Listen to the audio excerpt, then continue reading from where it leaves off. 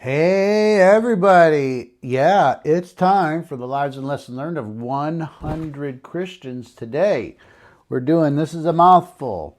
Fyodor Mikhailovich Dostoyevsky. I don't know if I'm going to try to say that name again. All right.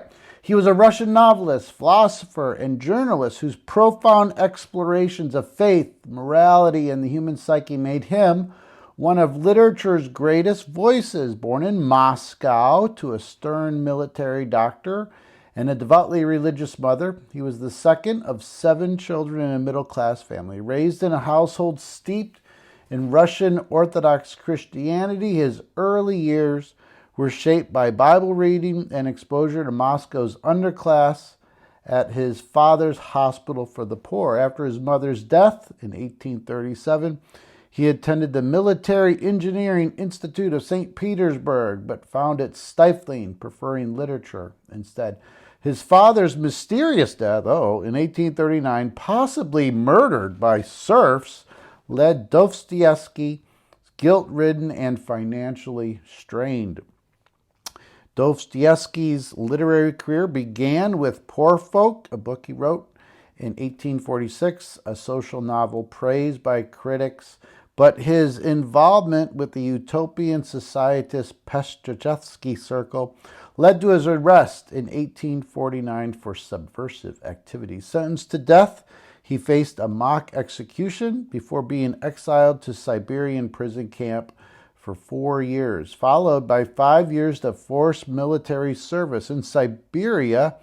Epilepsy, harsh conditions, and encounters with prisoners deepened his faith. Reading the New Testament, the only book that was allowed, rekindled his Orthodox conviction.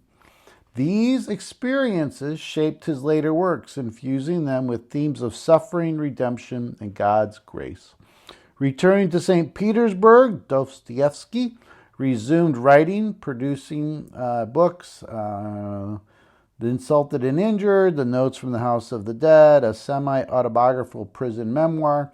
Financial struggles from gambling addictions and debts plagued him, yet he wrote prolifically. Married twice, first to Maria, a widow who died of tuberculosis, then to Anna, a stenographer who stabilized his life. They raised 4 children, though 2 died young.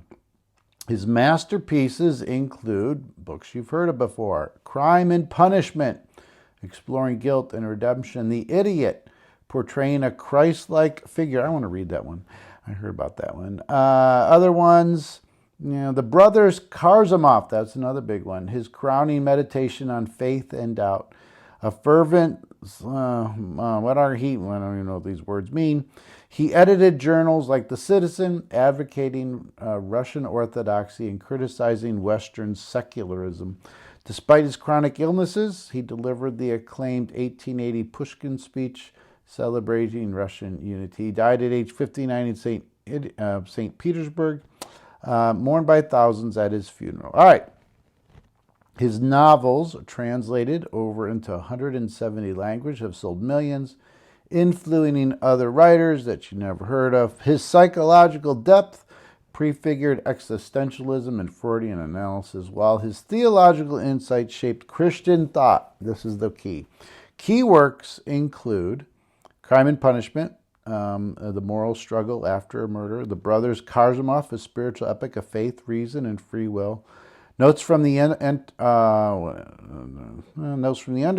The Dream of a Ridiculous Man. His diary of writer blends essays and fiction. All right, let's get to the lessons we can learn from his life and from his writings. All right, suffering reveals God's grace. Siberia's horrors and even epilepsy that he suffered from taught Dostoyevsky that suffering strips pride, opening hearts to divine mercy, is seen in the character's redemption. Romans 5 talks about suffering produces hope. His book, Crime and Punishment, quotes, "Suffering is the sole origin of consciousness." So our suffering makes us open to God working in our life, or prompts it, forces it. Faith wrestles with doubt. His prison encounter with the New Testament fueled a faith that embraced questions. In Ivan Karazimov's struggle the book, one of the books he wrote. Struggle with God justice, showing belief thrives in tension. Mark 9:24. I believe, help my unbelief, is what what the Bible says. The brothers Karamazov, faith is not born from miracles, but miracles from faith. That's, if you remember that alone, he wrote this line in the Brother Karamazov. Faith is not born from miracles, but miracles from faith. I should just do a mic drop right now. All right. Moral freedom demands responsibility. Dostoyevsky warned that free will without God leads to nihilism. True freedom is choosing Christ's path. Good job. Way to go. If God does not exist, everything is permitted. All right. Love and compassion redeem humanity. His encounters from prisoners to the poor inspired characters like Sonia in the book Crime and Punishment, who redeemed through sacrificial love, reflecting Christ's example to us. Okay, from a book he wrote, Love is from God. Compassion is the chief law of human existence. All right, one more. Persevere in creating amid adversity. Despite debt, illness, and exile, Dostoyevsky wrote masterpieces under pressure, showing art as a divine calling to reveal truth and beauty. He wrote in The Work of God, a book that he wrote or something, beauty will save the world. His legacy, a life-proven beauty will save the world through faith-forged art. As he wrote, man is a mystery. It must be unraveled, and it takes a lifetime. It is worth it. All right. So, yeah, read The Brothers Karamazov if you want, or The Idiot. I want to read that one. I heard good things about that one. All right. Thanks so much. Take care. God bless. Have a great day. Bye.